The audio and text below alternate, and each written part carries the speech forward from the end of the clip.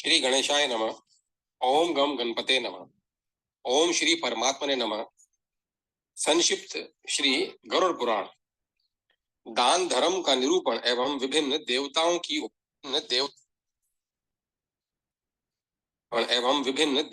की उपासना। ब्रह्मा जी ने कहा, अब मैं सर्वोत्तम दान धर्म के विषय में कह रहा हूँ। सत्पात्र में श्रद्धा पूर्वक किए गए अर्थ भोग या वस्तु का प्रतिपादन विनियोग दान कहलाता है। ऐसा दान धर्म वित्त जनों का कहना है। यह दान इस लोक में भोग और परलोक में मोक्ष प्रदान करने वाला है। मनुष्य को चाहिए कि वह न्याय पूर्वक ही अर्थ का उपार्जन करे, क्योंकि न्याय से उपार्जित अर्थ का ही दान भोग सफल होता है। अध्यापन, याजन तथा प्रतिग्रह ये तीनों ब्राह्मणों की वृत्ति आजीविका है। उनके लिए कुसिद अर्थात सूदखोरी, कृषि क्रम तथा वाणिज्य अथवा क्षत्रिय वृत्ति, युद्धादि कृत्य त्याज्य है। उक्त सद्वृत्ति से प्राप्त हुआ धन यदि सुयोग्य पात्रों को दिया जाता है तो उसी को दान कहा जाता है। यह नित्य, निमित्त, काम्य और विमल चार प्रकार का कहा गया है।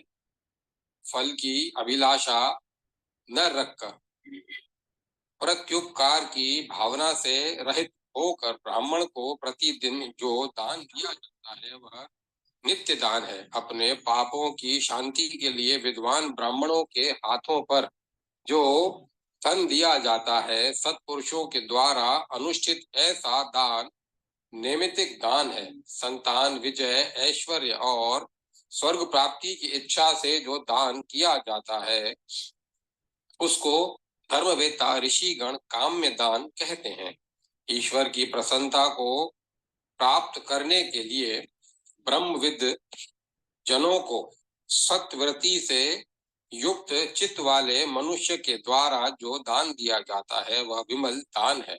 यह दान कल्याणकारी है। ईख की हरी भरी फसल से युक्त या यव गेहूं की फसल से संपन्न शस्य श्यामल भूमि का दान वेदविद ब्राह्मणों को जो देता है उसका पुनर्जन्म नहीं होता है।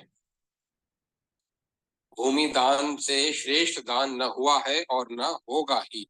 ब्राह्मण को विद्या प्रदान करने से ब्रह्मलोक की प्राप्ति होती है। जो व्यक्ति प्रतिदिन ब्रह्मचारी को श्रद्धा पूर्वक विद्या प्रदान करता है वह सभी पापों से विमुक्त होकर ब्रह्मलोक में परम पद को प्राप्त करता है। वैशाख मास की पूर्णिमा तिथि को उपवास रखकर जो व्यक्ति 5 या 7 ब्राह्मणों की विधिवत पूजा करके उन्हें मधु, तिल और घृत से संयुक्त करता है तथा उसकी गंधादि से भली प्रकार पूजा करके उनसे यह कहलवाता है या स्वयं कहता है, प्रियताम धर्मराजेति यथा मनसि वर्तते। हे धर्मराज, मेरे मन में जैसा भाव है उसी के अनुकूल आप प्रसन्न हो। ऐसा कहने पर उसके जन्म भर किए गए समस्त पाप उसी क्षण विनष्ट हो जाते हैं। जो व्यक्ति स्वर्ण, मधु एवं घी के 7 तिलों को कृष्ण मृग चरम में रखकर ब्राह्मण को देता है वह सभी प्रकार के पापों से विमुक्त हो जाता है। वैशाख मास में घृत, अन्न और जल का दान करने से विशेष फल प्राप्त होता है। अतः उस मास में धर्मराज को उद्देश्य करके घृत, अन्न और जल का दान ब्राह्मणों के लिए अवश्य करना चाहिए। ऐसा करने से सभी प्रकार के भय से मुक्ति हो जाती है। द्वादशी तिथि में स्वयं उपवास रखकर पापों का विनाश करने वाले भगवान विष्णु की पूजा करनी चाहिए। ऐसा करने से निश्चित ही मनुष्य के सभी पाप नष्ट हो जाते हैं। जो मनुष्य जिस देवता की पूजा करने के लिए इच्छा करता है उसकी पूजा वह अपने इष्ट को प्राप्त करने के लिए करे और उसको उस देव की प्रतिमूर्ति मानकर प्रयत्न पूर्वक ब्राह्मणों की पूजा करके उन्हें भोजन भी कराए। साथ ही सौभाग्यवती स्त्रियों तथा अन्य देवों को भी पूजन भोजनादि के द्वारा संतुष्ट करे। संतान प्राप्ति के इच्छुक व्यक्ति को इंद्रदेव का पूजन करना चाहिए। ब्रह्म वर्चस्व की कामना करने वाला व्यक्ति ब्रह्म रूप में ब्राह्मणों को स्वीकार करके उनकी पूजा करे। आरोग्य की इच्छा वाला मनुष्य सूर्य की तथा धन चाहने वाला मनुष्य अग्नि की पूजा करे। कार्यों में सिद्धि प्राप्त करने की अभिलाषा करने वाला व्यक्ति विनायक गणेश का पूजन करे। भोग की कामना होने पर चंद्रमा की तथा बल प्राप्ति की इच्छा होने पर वायु की पूजा करे। संसार से मुक्त होने की अभिलाषा होने पर प्रयत्न पूर्वक भगवान हरि की आराधना करनी चाहिए। निष्काम तथा सकाम सभी मनुष्यों को भगवान गदाधर हरि की पूजा करनी चाहिए। जल दान से तृप्ति, अन्न दान से अक्षय सुख, तिल दान से अभिष्ट संतान, दीप दान से उत्तम नेत्र, भूमि दान से समस्त अभिलक्षित पदार्थ, स्वर्ण दान से दीर्घ आयु, गृह दान से उत्तम भवन तथा रजत दान से उत्तम रूप की प्राप्ति होती है। वस्त्र प्रदान करने से चंद्रलोक तथा अश्व दान करने से अश्वनी कुमार के लोक की प्राप्ति होती है। अनडुह बेल का दान देने से विपुल संपत्ति का लाभ और गोदान से सूर्य लोक प्राप्त होता है। यान और शैया दान करने पर भार्या तथा भार्यत भयभीत को अभय प्रदान करने से ऐश्वर्य की प्राप्ति होती है।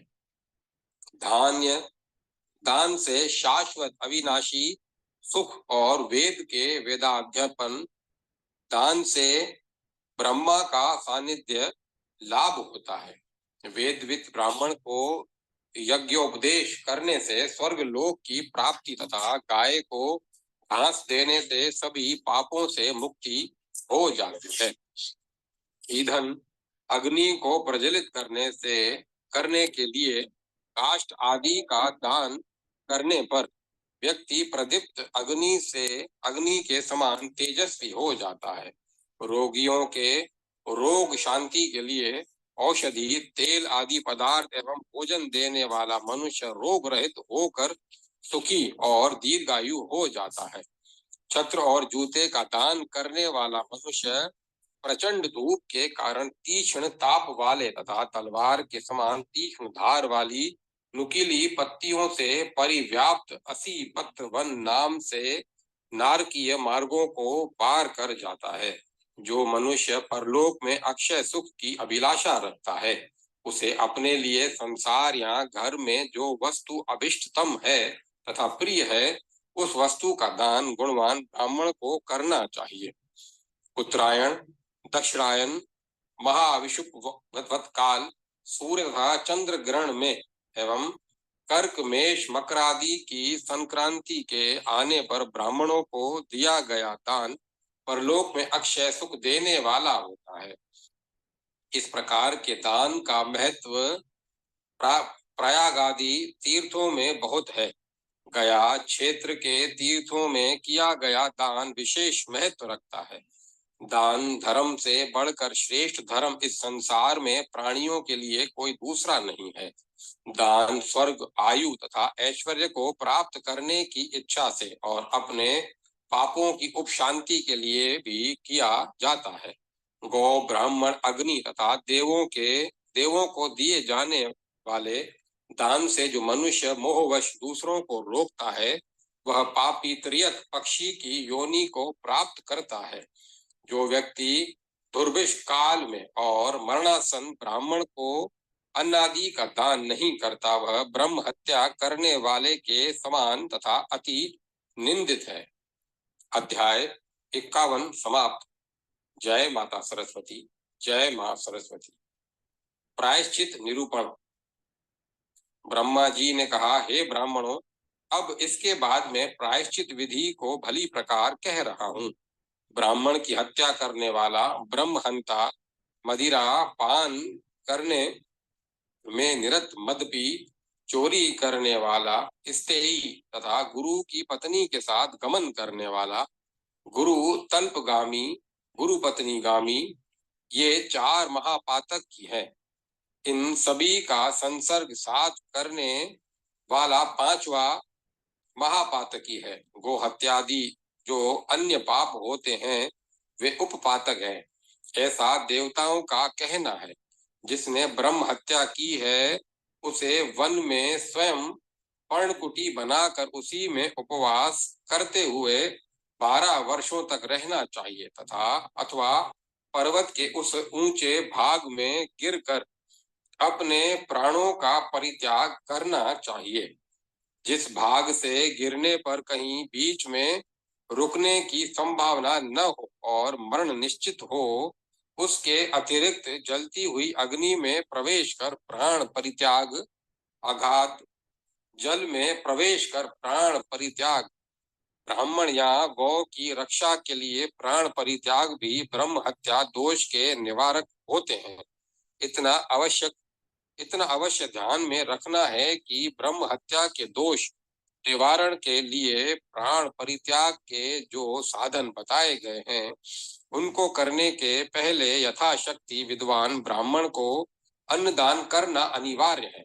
अश्वमेध यज्ञ के अंत में होने वाले अभ्रत स्नान से ब्रह्म हत्या के पाप से मुक्ति प्राप्त हो जाती है। वेदविद ब्राह्मण को सर्वस्व दान करने से ब्रह्म हत्या जनित पाप का नाश हो जाता है। सरस्वती जी, गंगा तथा यमुना इन नदियों के पवित्र संगम पर 3 रात्रियों तक उपवास रख करके प्रतिदिन तीनों कालों में स्नान करके भी द्विज ब्रह्म हत्या के पाप से मुक्त हो जाता है। सेतुबंध रामेश्वर, कपाल मोचन तीर्थ या वाराणसी के पवित्र तीर्थ में स्नान करके ब्रह्म हत्या के पाप से मुक्ति हो जाती है। मदपी द्विज अग्निवर्ण के सदृश अंतःकरण को जला देने वाली खौलती हुई मदिरा अथवा दूध, घृत या गौमूत्र का पान करके तजनित पाप से मुक्ति प्राप्त कर लेता है। स्वर्ण की चोरी करने वाला राजाओं के द्वारा दंड रूप में मूसल प्रहार के से पाप मुक्त हो जाता है तथा अथवा जीर्ण शीर्ण वस्त्र धारण करके वन में ब्रह्म हत्या नाशक प्रायश्चित व्रत को करने से पाप मुक्त हो जाता है। काम से मोहित ब्राह्मण यदि अपने गुरु की पत्नी के पास जाता है तो उसे इस गुरु पत्नी गमन रूप पाप से मुक्त होने के लिए जलती हुई तपती हुई लोह निर्मित स्त्री का सर्वांग आलिंगन करना चाहिए अथवा ब्रह्म हत्या के पाप से मुक्ति के लिए जो व्रत विहित है उस व्रत का अनुष्ठान करना चाहिए। 4 या 5 चंद्रायण व्रत करने से भी गुरु पत्नी गमन जनित पाप से मुक्ति हो सकती है। जो द्विज पतित जनों का संसर्ग करता है उसे विभिन्न संसर्गों से होने वाले पापों को दूर करने के लिए उन पापों के निमित्त कहे गए व्रतों का पालन करना चाहिए अथवा वह आलस्य से रहित होकर 1 संवत्सर पर्यंत तृप्त कच्छ व्रत का अनुपालन करे। विधिवत किया गया सर्व स्वदान सभी पापों को दूर करने वाला होता है अथवा विधिवत चंद्रायण व्रत तथा अतिकृच्छ व्रत भी सभी पापों को दूर करने वाला होता है। गया आदि पुण्य क्षेत्रों की यात्रा करने से भी ऐसे पापों का विनाश हो जाता है। अमावस्या तिथि में जो महादेव भगवान शंकर की सम्यक रूप से आराधना करके ब्राह्मणों को भोजन प्रदान करता है वह सभी पापों से मुक्त हो जाता है। जो मनुष्य कृष्ण पक्ष की चतुर्दशी तिथि में उपवास रखकर संयत चित्त से पवित्र नदी में स्नान करके ओमकार से युक्त यम, धर्मराज, मृत्यु, अंतक, विवस्वत, काल तथा सर्वभूतशय इन नामों का उच्चारण कर तिल से संयुक्त 7 जलांजलियों से तर्पण करता है वह समस्त पापों से मुक्त हो जाता है। इन व्रतों के पालन करते समय शांत रहकर तथा मन का निग्रह ब्रह्मचार्य का पालन करते हुए भूमि पर सोना चाहिए और उपवास रखकर ब्राह्मण की पूजा करनी चाहिए। कार्तिक शुक्ल पक्ष की षष्ठी तिथि में उपवास रखकर सप्तमी तिथि को सूर्य देव की पूजा करने से भी सभी प्रकार के पापों से मुक्ति हो जाती है। शुक्ल पक्ष की एकादशी तिथि में निराहार रहकर जो द्वादशी तिथि में जनार्दन भगवान विष्णु की पूजा करता है वह समस्त महापापों से मुक्त हो जाता है। सूर्य चंद्र ग्रहण आदि समयों में मंत्र का जप, तपस्या, तीर्थ सेवन, देवार्चन तथा ब्राह्मण पूजन ये सभी कृत्य भी महापातकों को नष्ट करने वाले होते हैं। समस्त पापों से युक्त मनुष्य भी पुण्य तीर्थों में जाकर नियम पूर्वक अपने प्राणों का परित्याग कर समस्त पापों से मुक्त हो जाता है। पतिव्रता नारी पति के देहासन के बाद पति का वियोग असह्य होने के कारण पति धर्म के अनुसार पति के शरीर के साथ शास्त्रीय विधि का पालन करते हुए अग्नि में प्रवेश करती है तो ब्रह्म हत्या, कृतज्ञता आदि बड़े बड़े पातकों से दूषित भी अपने पति का उद्धार कर देती है। जो स्त्री पतिव्रता है, अपने पति की सेवा शुश्रूषा में तत्चित्त रहती है, उसको इस लोक तथा परलोक में कोई पाप नहीं लगता। वह वैसे ही निर्दोष रहती है जैसे दशरथ पुत्र श्री राम की पत्नी जगत विख्यात भगवती सीता देवी लंका में रहकर भी निर्दोष रही तथा अपने पातिव्रत के प्रभाव से उन्होंने राक्षस राज रावण पर विजय प्राप्त की। हे यत व्रत संयत चित्त होकर विविध शास्त्रीय व्रत का अनुष्ठान करने वाले, भगवान विष्णु ने मुझसे बहुत पहले ही यह बताया था कि गया में स्थित फल्गु नदी आदि तीर्थों में यथा विधि श्रद्धा के साथ स्नान करने वाला व्यक्ति सभी पापों से पातकों से मुक्त हो जाता है और समस्त सदाचरण का फल भी प्राप्त करता है। अध्याय 52 समाप्त। जय माता सरस्वती। जय मां सरस्वती। नवनिधियों के लक्षणों से युक्त पुरुष के ऐश्वर्य एवं स्वभाव का वर्णन। सुत जी ने कहा, भगवान विष्णु ने अष्टनिधियों के विषय में सुनकर ब्रह्मा जी ने उनका भगवान विष्णु से अष्टनिधियों के विषय में सुनकर ब्रह्मा जी ने उनका वर्णन इस प्रकार किया था कि पद्म, महापद्म, मकर, कच्छप, मुकुंद, कुंद, नंद, नील और शंख नाम की अष्टनिधियां हैं। नवी निधि मिश्र कहलाती है। अब मैं उनके स्वरूप का वर्णन करता हूँ। पद्म निधि के लक्षणों से संपन्न मनुष्य सात्विक और दाक्षिणीय गुण से संपन्न हो जाता है। वह स्वर्ण, चांदी आदि मूल्यवान धातुओं का संग्रह करके यतियों, देवताओं और याज्ञिकों को दान करता है। महापद्म चिन्ह से लक्षित व्यक्ति भी अपने संग्रहित धन आदि का दान धार्मिक जनों को करता रहता है। पद्म तथा महापद्म निधि संपन्न पुरुष सात्विक स्वभाव वाले कहे गए हैं। मकर निधि के चिन्ह से चिन्हित मनुष्य खड़ग, बाण एवं कुंत, भाला आदि अस्त्रों का संग्रह करने वाला होता है। वह नित्य क्षोत्रिय ब्राह्मणों को दान देता है और राजाओं के साथ उसकी सदैव मित्रता बनी रहती है। द्रव्यादि का आहरण करने के लिए वह शत्रुओं का विनाश करता है और युद्ध के लिए सदा तत्पर रहता है। कश्यप निधि लक्षित व्यक्ति तामस गुण वाले होते हैं। कच्छप चिन्ह से युक्त व्यक्ति किसी पर विश्वास नहीं करता है। वह न किसी संपत्ति का स्वयं उपभोग करता है और न तो उसमें से वह किसी को कुछ देता ही है। वह एकांत में जाकर अपनी संपूर्ण संपत्तियों को पृथ्वी में गाड़ कर छिपा देता है। उसकी संपत्ति एक पीढ़ी तक रहती है। मुकुंद निधि के चिन्ह से अंकित पुरुष रजोगुण संपन्न होता है वह राज्य संग्रह में लगा रहता है।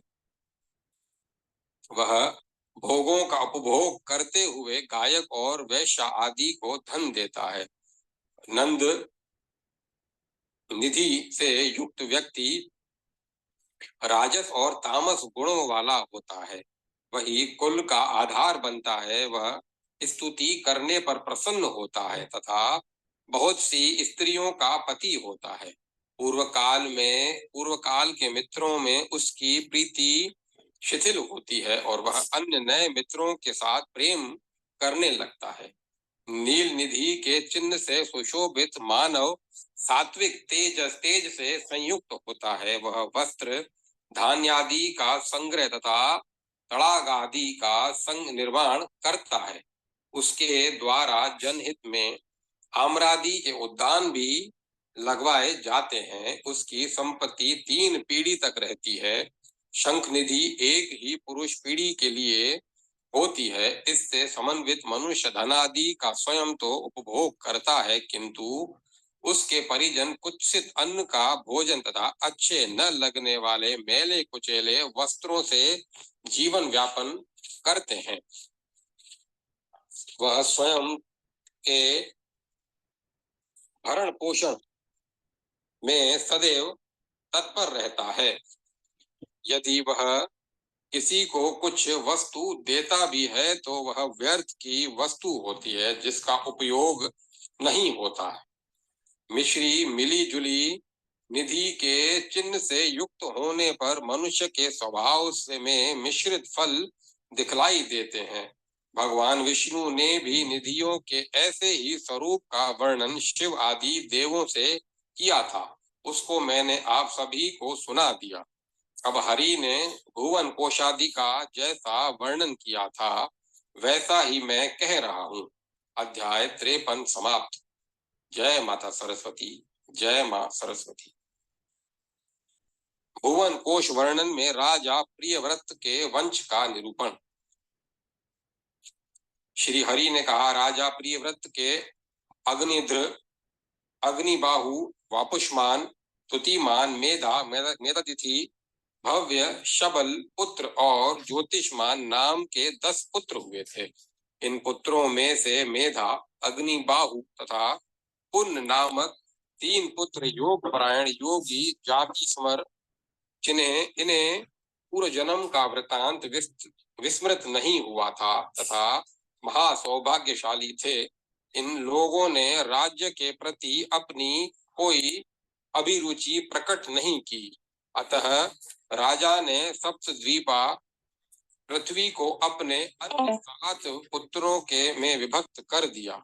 50 करोड़ योजन में विस्तृत संपूर्ण पृथ्वी नदी की जल राशि में तैरती हुई नौका के समान चारों ओर अवस्थित अथा जल के ऊपर स्थित है।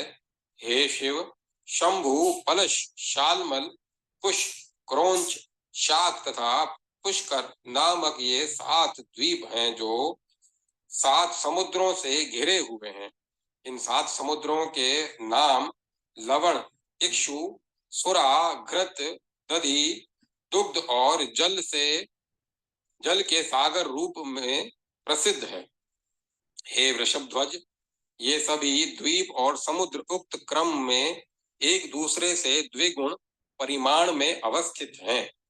जम्बू द्वीप में मेरु नामक पर्वत है जो 1 लाख योजन के परिमाण में फैला हुआ है। इसकी ऊंचाई 84,000 योजन है। इसका अधोभाग पृथ्वी में 16,000 योजन धसा हुआ है और शिखर देश 32,000 योजन विस्तृत है। इसका अधोभाग जो पृथ्वी के ऊपर सन्निहित है वह भी 16,000 योजन के विस्तार में कर्णिका के रूप में अवस्थित है। इसके दक्षिण में हिमालय, हेमकुट और निषद, उत्तर में नील, श्वेत और श्रृंगी नामक वर्ष पर्वत है। हे रुद्र, पलश आदि द्वीपों के निवासी मरणादि से मुक्त हैं। उनमें युग और या अवस्था के आधार पर कोई विषमता नहीं है। जम्बू द्वीप के राजा अग्निद्र के 9 पुत्र उत्पन्न हुए। उन सभी का नाम क्रमशः नाभि, किमपुरुष, हरिवर्ष, इलाव्रत, रम्य, हिरण्यमय, कुरु, भद्राश्व और केतुमान था। राजा ने उन सभी पुत्रों को उनके नाम से ही अभिहित प्रसिद्ध एक एक भूखंड प्रदान किया। हे हर, राजा नाभि और उनकी पत्नी मेरु देवी से ऋषभ नामक पुत्र हुए थे। उनसे भरत नाम के पुत्र हुए, जो शालग्राम तीर्थ में स्थित रहकर विभिन्न व्रतों के पालन में ही निरत रहते थे।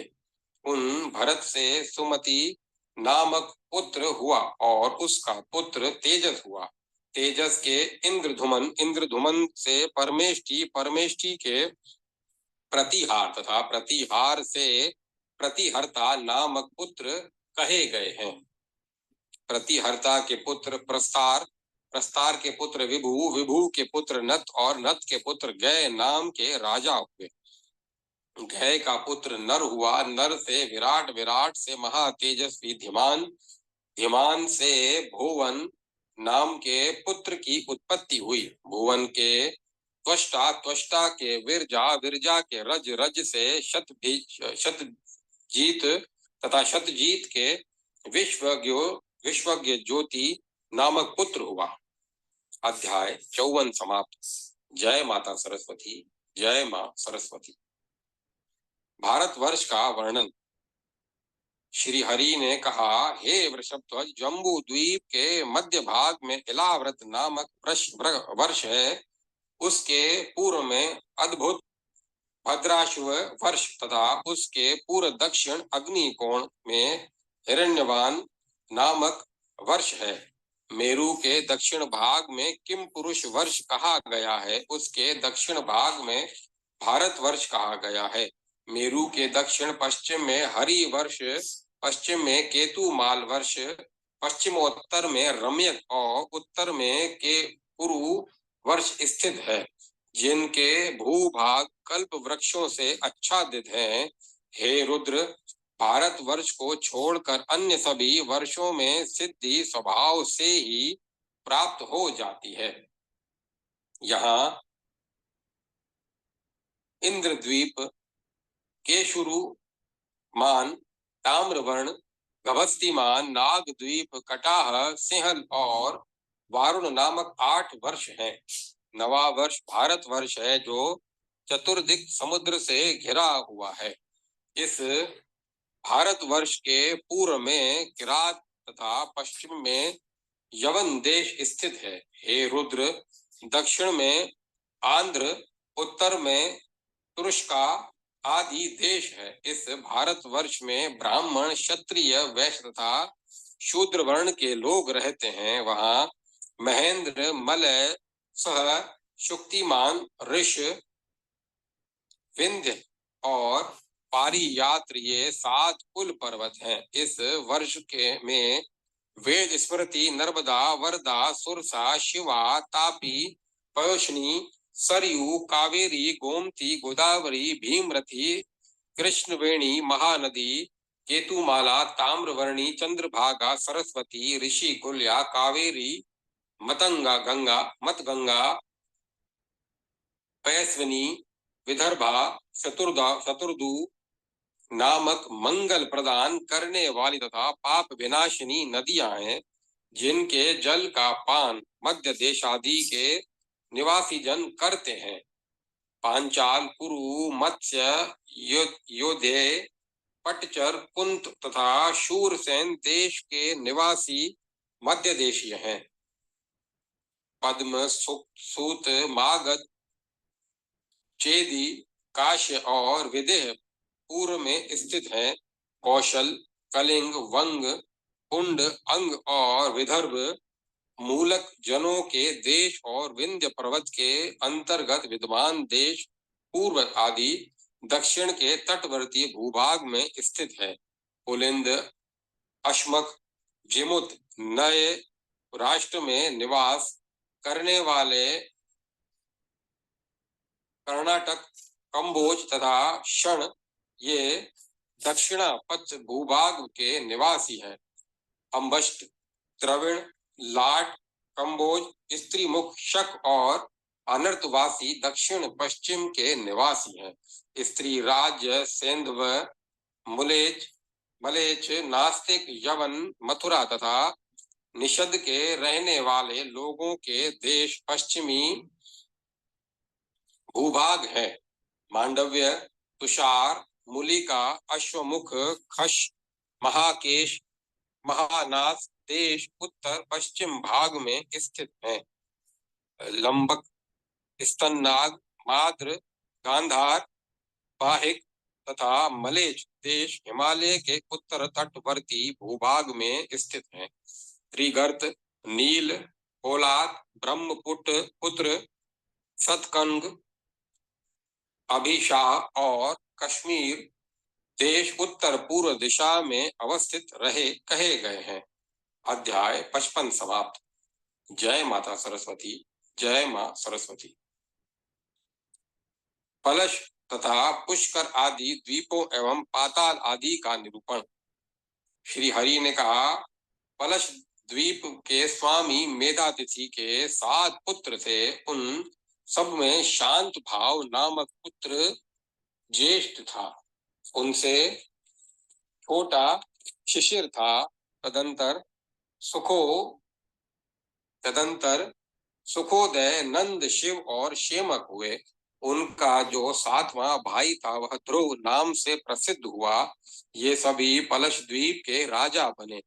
इस द्वीप में गोमेद, चंद्र, नारद, दुंदुभी, सोमक, सुमनस और वेभराज नामक 7 पर्वत हैं। उनका यहाँ अनुतप्ता, शिखी, विपाशा, त्रिदिवा, क्रमु, अमृता तथा सुकृता नाम की 7 नदियां प्रवाहित होती रहती हैं। वपुष्मान शालमक द्वीप के स्वामी थे। उस द्वीप में अवस्थित 7 वर्षों के नाम से ही प्रसिद्ध उनके 7 पुत्र थे, जिनके नाम श्वेत, हरित, जिमुत, रोहित, वेदुत, मानस, सप्रभ हैं। यहाँ कुमुद, उन्नत, द्रोण, महेश, बलाहक, क्रोंच तथा कुकुदमान नामक 7 पर्वत हैं। योनि, तोया, वितृष्णा, चंद्रा, शुक्ला, विमोचनी और विधृति ये 7 नदियां हैं। ये पापों का प्रशमन करने वाली हैं। कुशद्वीप में ज्योतिष्मान का स्वामित्व है था। उनके भी 7 पुत्र उत्पन्न हुए थे। वे उद्भिद, वेणुमान, द्विरथ, लंबन, धृति, प्रभाकर और कपिल नाम से प्रसिद्ध थे। उन्हीं के नाम से इस द्वीप के जो 7 वर्ष थे वे प्रसिद्ध हुए। यहाँ विदुर्म, हेमशेल, धुमान, पुष्पवान, केशुशय, हरि और मंद्राचल नामक 7 वर्ष पर्वत हैं। यहाँ धुतपापा, शिवा, पवित्रा, सन्मति, विदुद्रभ, मही और काशा नाम की ये 7 नदियां हैं, जो सब प्रकार के पापों को विनिष्ट करने वाली हैं। हे शिव, क्रोंच द्वीप के अधीश्वर महात्मा धृतिमान के भी 7 पुत्र हुए। कुशल, मंदक, उष्ण, पिवर, अंधकारक, मुनि और धुंधुभी ये उनके नाम हैं। यहाँ क्रोंच, वामन, अंधकारक, दिवाव्रत, महाशैल, दुंदुभी तथा पुंडरिकवान नाम के 7 वर्ष पर्वत हैं। यहाँ पर गौरी, कुमुदवती, संध्या, रात्रि, ख्याति और पुंडरिका ये 7 नदियां प्रवाहित होती रहती हैं। शाक द्वीप के राजा भव्य के भी 7 पुत्र उत्पन्न हुए। वे जलद कुमार, सुकुमार, अरुणी, बक, मुकुद, कुसुमोद, समुद्रायकी तथा महाद्रुम नाम से ख्याति प्राप्त थे। यहाँ सुकुमारी, कुमारी, नलिनी, धेनुका, इक्षु, वेणुका और गभस्ती नाम से प्रसिद्ध 7 नदियां हैं। पुष्कर द्वीप के स्वामी महाराज शबल के महावीर तथा धातकी नामक 2 पुत्र हुए। उन्हीं के नाम से यहाँ पर 2 वर्ष हैं। इन दोनों के मध्य एक ही मनोस्तर नामक वर्ष पर्वत है। यह 50 सहस्त्र योजन में विस्तृत तथा इतना ही ऊंचा है। यह चतुर्दिक विस्तार में भी उसी परिमाण को प्राप्त कर मंडलाकर अवस्थित है। इस पुष्कर द्वीप को स्वादिष्ट जल वाला समुद्र चारों ओर से घेर कर स्थित है। उस स्वादिष्ट जल वाले समुद्र के सामने उससे द्विगुण जन जीवन से रहित स्वर्णमय भूमि वाली जगत की स्थिति दिखाई देती है। वहां पर 10,000 योजन में फैला लोकालोक नामक पर्वत है। वह अंधकार से आच्छादित है और वह अंधकार भी अंडकटाह से आवृत है। श्री हरि ने कहा, हे वृषभध्वज, इस भूमि की ऊंचाई 70,000 योजन है। इसमें 10-10 सहस्त्र योजन की दूरी पर एक एक पाताल लोक स्थित है, जिन्हें अतल, वितल, नितल, गभस्तिमान, महातल, सुतल और पाताल कहा जाता है। इन लोकों की भूमि कृष्ण, शुक्ल, अरुण, पित्त, शक्रा सदृश शैलमयी तथा स्वर्णमयी है। वहां पर दैत्य तथा नागों का निवास है। हे रुद्र, दारुण पुष्कर द्वीप में जो नर्क स्थित हैं, उनके विषय में आप सुने। वहां रौरव, सूकर, रोध, ताल, विशसन, महाज्वाल, तप्त कुंभ, लवण, विमोहित रुधिर, वेतरणी, क्रमिश, क्रमी भोजन, असी पत्रवन, कृष्ण, नाना भक्ष, लाला भक्ष, दारुण, पुयवह, पाप, वरज्वाल, अंधशिरा, संदंश, कृष्ण सूत्र, तमस, अवीची, श्रव भोजन, अप्रतिष्ठ तथा उष्ण विचि नामक नरक है। उनमें विष देने वाले, सहस्त्र से हत्या करने वाले तथा अग्नि से जलाकर मारने वाले पापी जन अपने अपने पाप का फल भोग करते हैं।